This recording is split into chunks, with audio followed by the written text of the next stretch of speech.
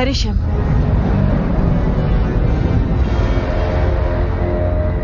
Cersei, Ajax को एक deviant ने मार दिया है। शायद उनकी ताकत भी ले ली और पृथ्वी पर कुछ अजीब सा हो रहा है। समय आ गया है कि तुम अपने मिशन का असली मकसद जान लो।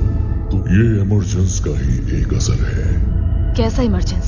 हर 7 अरब वर्षों में नए सेलेस्टियल्स पैदा होने चाहिए। तुम्हें पृथ्वी पर सेलेस्टियल टियामुट के इमरजेंस के लिए भेजा गया था। मैं पूरे ब्रह्मांड के सजीव ग्रहों में सेलेस्टियल्स के बीज बो रखता हूँ और पृथ्वी ग्रह को चुना गया है सेलेस्टियल टियामुट के लिए। अपने पोषण के लिए टियामुट को बहुत सी ऊर्जा चाहिए जो इंसानों से मिलती है, और डिविएंट्स की भूख जनसंख्या कम कर रही थी। इसीलिए इटर्नल्स ने उनका नाश किया। अब इस ग्रह की जनसंख्या पर्याप्त मात्रा में बढ़ चुकी है। अब इमरजेंस का समय आ गया है।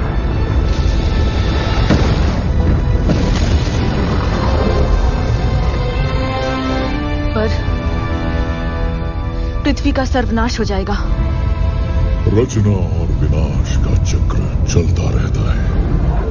ब्रह्मांड में ऊर्जा का संचार जरूरी है। सजीव ग्रहों पे इकट्ठी ऊर्जा से सेलेस्टियल्स तारों को जन्म देंगे, जिनके गुरुत्वाकर्षण, गर्मी और रोशनी से बनती है नई आकाशगंगाएं। सर्सी, एक जीवन का अंत दूसरे जीवन का आरंभ है।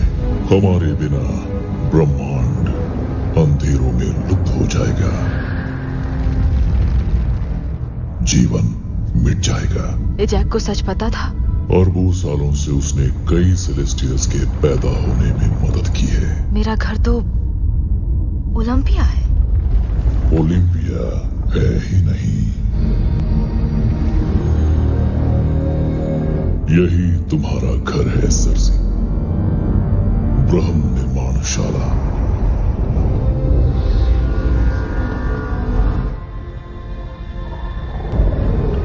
यही वो जगह है जहां मैंने इटर्नल्स को बनाया और ढाला।